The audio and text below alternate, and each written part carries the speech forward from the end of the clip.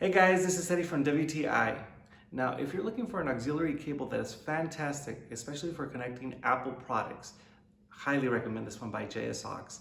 Now, this one has your typical 3.5 millimeter tip on one end, and on the other end, you have your normal lightning tip that goes into any iPhone.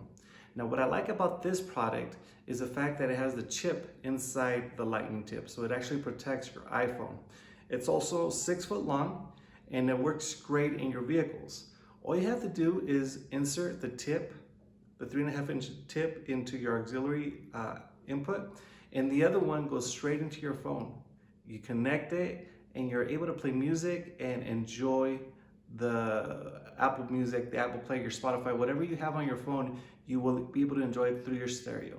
Now, it doesn't just stop there. You can also use it at home, on your computer system, or anything that has a 3.5 jack.